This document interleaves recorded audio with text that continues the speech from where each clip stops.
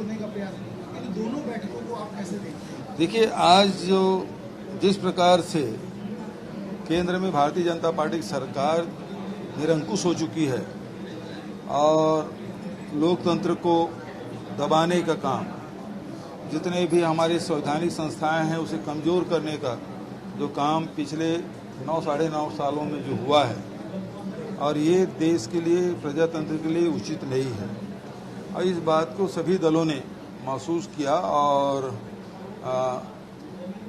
एक साथ बैठने का निर्णय लिया। पहले पटना में हुआ था और बेंगलुरु में बैठक हो रही है, जिसमें 26 दल के लोग उसमें शामिल हुए हैं। तो ये बड़ी उपलब्धि है प्रजातंत्र के लिए भी, और 2024 के चुनाव के लिए ये बैठक बहुत महत्वपूर्ण है।